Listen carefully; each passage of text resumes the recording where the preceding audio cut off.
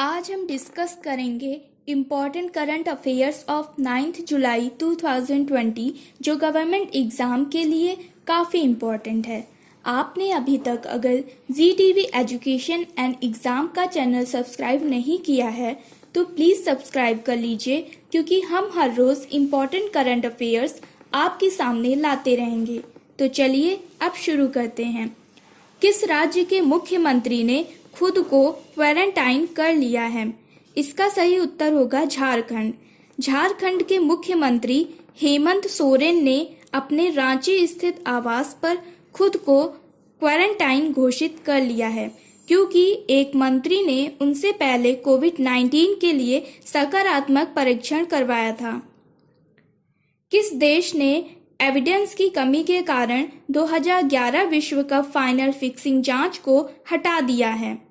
इसका सही उत्तर होगा श्रीलंका। 2011 विश्व कप फाइनल के दौरान मैच फिक्सिंग के आरोपों की जांच के लिए शुरू की गई एक जांच को एविडेंस की कमी के कारण हटा दिया गया है। जांच अपर्याप्त एविडेंस और सार्वजनिक आक्रोश को निलंबित कर दिया गया था। म्यांमार और श्रीलंका ने 2023 लक्ष्य के आगे किस बीमारी को खत्म कर दिया है? इसका सही उत्तर होगा खसरा या रूबेला। मालदीव और श्रीलंका 2023 के लक्ष्य से आगे खसरा और रूबेला दोनों को खत्म करने के लिए दक्षिण पूर्व एशिया क्षेत्र में पहले 2 देश बन गए हैं। यह घोषणा WHO दक्षिण पूर्व एशिया के क्षेत्रीय निदेशक डॉक्टर पूनम खेत्रपाल सिंह ने खसरा और रूबेला उन्मूलन के लिए क्षेत्रीय सत्यापन आयोग की 5वीं बैठक के बाद की। केंद्रीय मंत्रिमंडल ने कब तक प्रधानमंत्री गरीब कल्याण योजना के विस्तार को मंजूरी दे दी है? इसका सही उत्तर होगा नवंबर 2020। 8 जुलाई 2020 को केंद्रीय मंत्रिमंडल ने प्रधानमंत्री ग्राम कल्याण योजना को नवंबर के अंत तक बढ़ाने के लिए अपनी मंजूरी दे दी है। इस योजना के तहत प्रत्येक लाभार्थी परिवार को 5 किलो गेहूं या चावल और 1 किलो चना 5 महीने तक वितरित किया जाएगा, जिससे देश के 80 करोड़ से अधिक लोग लाभान्वित होंगे। किस संगठन ने स्वीकार किया कि कोरोना वायरस के हवाई प्रसारण के सबूत हैं? इसका सही उत्तर होगा WHO। 7 जुलाई 2020 को विश्व स्वास्थ्य संगठन WHO ने उपन्यास कोरोना वायरस के फैलने वाले वायु जनित एविडेंस को स्वीकार किया। वैज्ञानिकों के एक समूह ने लोगों के बीच श्वसन संबंधी बीमारी कैसे फैलती है इसका मार्गदर्शन करने का आग्रह करने के बाद वैश्विक संस्था ने यह स्वीकार किया। अंतर्राष्ट्रीय क्रिकेट मैच कोविड लॉकडाउन के बाद किन 2 देशों के बीच खेला गया? इसका सही उत्तर होगा इंग्लैंड और वेस्ट इंडीज। अंतर्राष्ट्रीय क्रिकेट उपन्यास कोरोना वायरस के प्रसार को नियंत्रित करने के लिए 116 दिनों के खेल के निलंबन के बाद इंग्लैंड और वेस्ट इंडीज टेस्ट श्रृंखला के साथ फिर से शुरू हो गया। इंग्लैंड और वेस्ट इंडीज वायरस के खिलाफ पर्याप्त सावधानी बरतते हुए 3 मैचों की टेस्ट श्रृंखला खेलने वाले हैं। Global real estate transparency index GRETI पर भारत को किस स्थान पर रखा गया है? इसका सही उत्तर होगा 34। जोन्स लैंग लासेल के द्विवार्षिक global real estate transparency index में भारत को विश्व स्तर पर 34वें स्थान पर रखा गया था। उच्च रैंकिंग इसलिए है क्योंकि भारत के रियल एस्टेट उद्योग ने क्षेत्रीय और वैश्विक स्तर पर सबसे बड़े सुधारों में से एक को पंजीकृत किया है। कैबिनेट ने प्रधानमंत्री गरीब कल्याण योजना के नवंबर 2020 तक विस्तार को मंजूरी दी है।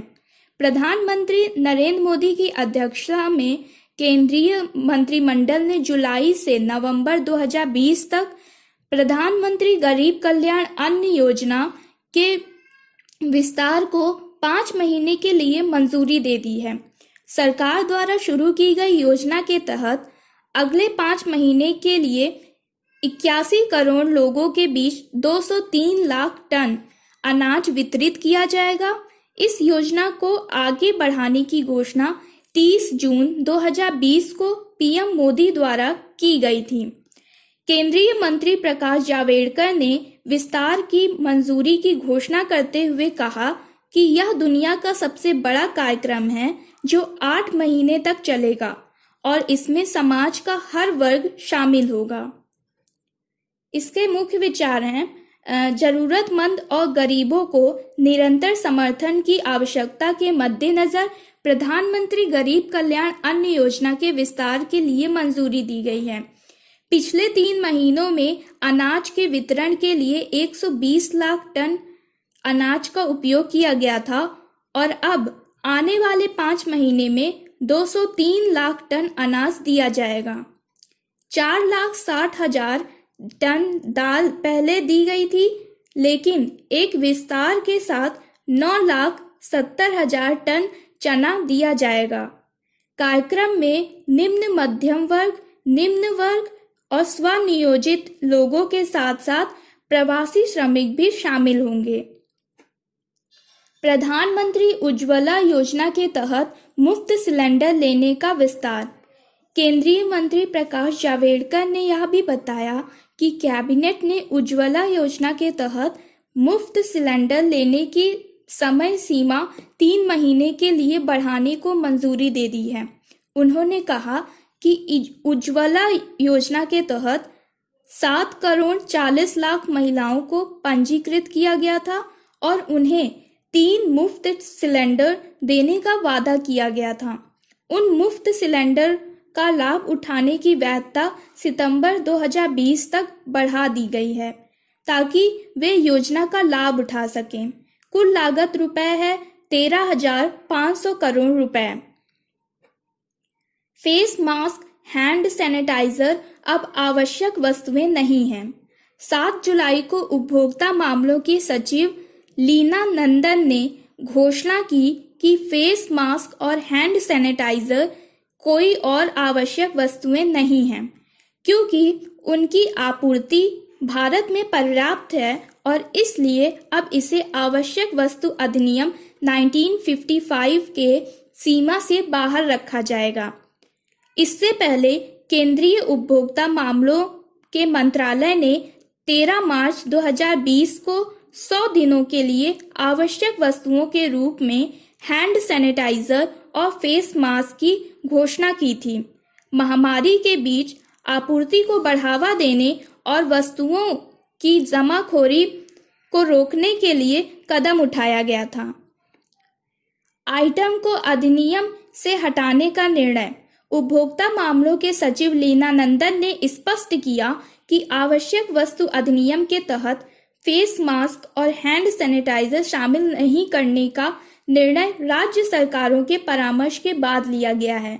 उन्होंने कहा कि उपभोक्ता मामलों के मंत्रालय ने सभी राज्य सरकारों के साथ जांच की और यह आश्वासन दिया गया कि इन दोनों उत्पादों की पर्याप्त आपूर्ति है। महामारी के बीच आपूर्ति के संबंध में कोई चिंता नहीं होगी।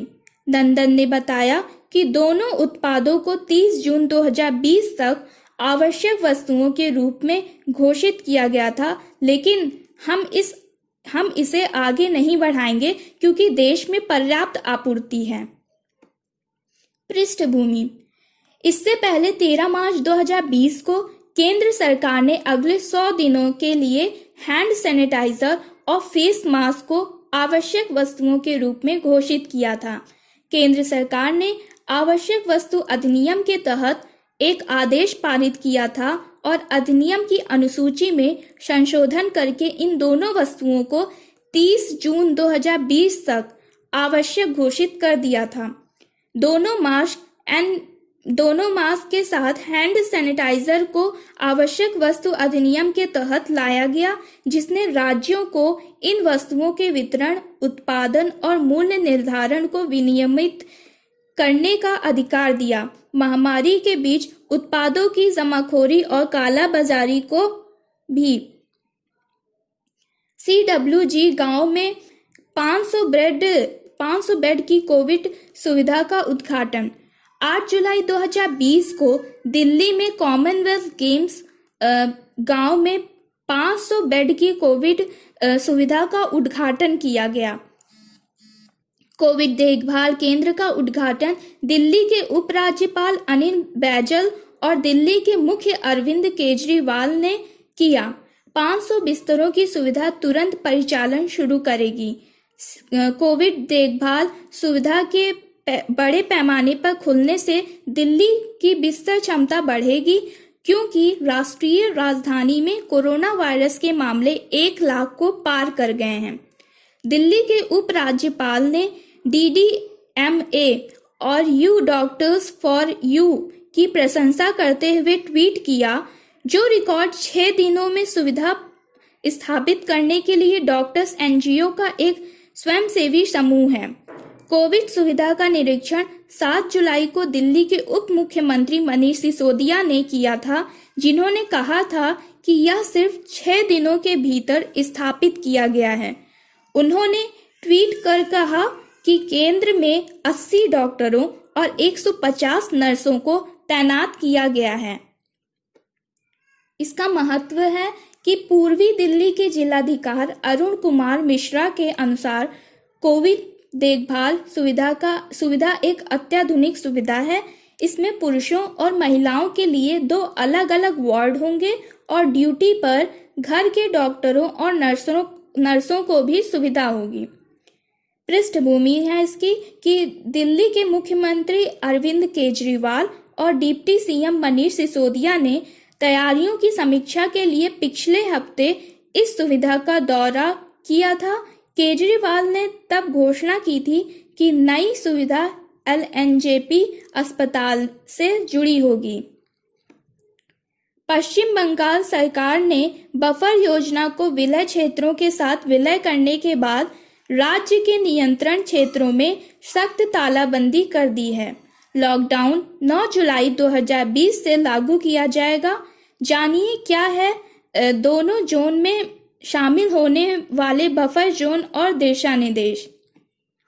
पश्चिम बंगाल लॉकडाउन। ममता बनर्जी के नेतृत्व वाली सरकार ने 9 जुलाई 2020 से राज्य के सभी नियंत्रण और बफर क्षेत्रों में कुल लॉकडाउन लागू किया है।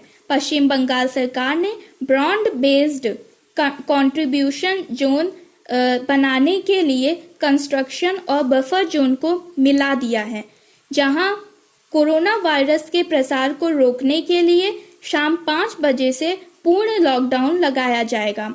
यहां देखें कि क्या है और बफर जोन और कोलकाता, हावड़ा, उत्तर 24 परगना और अन्य में कंटेनर जोन की पूरी सूची प्राप्त करें। पश्चिम बंगाल लॉकडाउन के तहत सभी कार्यालय, चाहे वह सरकारी हो या निजी, कंस्ट्रक्शन क्षेत्रों में बंद रहेंगे। केवल आवश्यक सेवाएं ही लोगों को उपलब्ध कराई जाएंगी। सभी परिवहन सेवाएं निलंबित रहेंगी। इस लॉकडाउन की समय सीमा अभी नहीं बताई गई। हालांकि लॉकडाउन का मौजूदा चरण 31 जुलाई 2020 तक होगा। यह कदम राज्य में कोविड-19 मामलों की संख्या में वृद्धि के बाद आया है। अब तक राज्य में कुल 23,837 कोरोना वायरस और 850 मौतें घातक वायरस के कारण हुई हैं। बफर जोन और कंट्रीब्यूशन जोन को मिला देने के साथ कोलकाता में अब 33 कंटोनमेंट जोन है। उत्तर 24 परगना में 219 और साउथ 24 परगना में 155 हैं। भारत में इंडिया ग्लोबल वीक 2020 9 जुलाई से आरंभ हो गया। भारत ग्लोबल वीक 2020 की शुरुआत के लिए पीएम नरेंद्र मोदी 9 जुलाई को दुनिया भर के दर्शकों को संबोधित करेंगे। यह आयोजन 9 जुलाई से 11 जुलाई के दौरान 3 दिनों के लिए आयोजित किया जाएगा। जिसमें भारत और व्यापार निवेश की संभावनाओं पर मुख्य ध्यान दिया जाएगा। घटना वस्तुतः आयोजित की जाएगी और 5,000 लोगों द्वारा भाग लेने की उम्मीद है। प्रधानमंत्री नरेंद्र मोदी 9 जुलाई को इंडिया ग्लोबल वीक 2020 में दुनिया भर के दर्शकों को संबोधित करेंगे। 3 दिवसीय कार्यक्रम यूनाइटेड किंगडम में आयोजित किया जाएगा और 9 जुलाई से 11 जुलाई तक चलेगा। अपने संबोधन में पीएम मोदी कई निवेश के अवसरों की रूपरेखा तैयार करेंगे जो भारत की पेशकश करेगा। जैसा कि दुनिया कोविड-19 महामारी के प्रभाव के लिए उभरती है। भारत ग्लोबल वीक 2020 का थीम है कि इंडिया इंक ग्रुप के चेयरमैन और सीईओ मनोज लाडवा ने बताया कि इस आयोजन की theme /be the revival India और एक बेहतर नई दुनिया है। उन्होंने कहा कि कोविड महामारी की छाया से बाहर निकलने के लिए विश्व लड़ाई के रूप में भारत अपने तकनीकी कौशल, अपार प्रतिभा, उपकरण और नेतृत्व के लिए बढ़ती भूख के साथ वैश्विक मामलों में एक केंद्रीय भूमिका निभाएगा। उन्होंने आश्वासन दिया कि आभासी कार्यक्रम के दौरान पीएम मोदी का संबोधन उसी बात को प्रोत्साहित करेगा। इंडिया इंक समूह यूनाइटेड किंगडम स्थित मीडिया हाउस है जो इस वार्षिक कार्यक्रम के पीछे है। इस कार्यक्रम में कौन लोग शामिल होंगे? इस आयोजन में पीएम मोदी के मंत्रिमंडल के वरिष्ठ सदस्य शामिल होंगे, जिसमें रेलवे और वाणिज्य उद्योग मंत्री पीयूष गोयल, विदेश मंत्री डॉक्टर एस जयशंकर, आईटी मंत्री रविशंकर प्रसाद, नागरिक उड्डयन मंत्री हरदीप सिंह पुरी और कौशल विकास मंत्री महेंद्र शामिल होंगे। प्रिंस चार्ल्स एक समारोह में एक विशेष संबोधन भी करेंगे। ब्रिटिश सरकार ने अन्य उच्च प्रोफाइल अधिकारियों में विदेश सचिव डोमिनिक राब, स्वास्थ्य सचिव मैट हैनकॉक, गृह सचिव प्रीति पटेल, यूनाइटेड किंगडम में भारत के उच्चायुक्त इस कार्यक्रम में शामिल होने वाले अन्य शामिल होंगे। इस फाउंडेशन के सदगुरु ईशा फाउंडेशन के सदगुरु भारतीय मूल के हॉलीवुड अभिनेता कुणाल नैयर और श्री रविशंकर भी इस कार्यक्रम में भाग लेंगे। भारत ग्लोब वीक 2020 पर कार्यक्रम। इंडिया ग्लोब वीक 2020 में लगभग 75 सत्र होंगे। ब्रेक्सिट के बाद की दुनिया में यूके के साथ भारत के द्विपक्षीय संबंधों पर चर्चा के अलावा देश विशेष सत्रों की श्रृंखला होगी जो ऑस्ट्रेलिया, अमेरिका, जापान और सिंगापुर जैसे देशों के साथ भारत के रिश्तों को कवर करेंगे। इंडिया ग्लोब वीक 2020 के सत्र में व्यवसाय, भूरा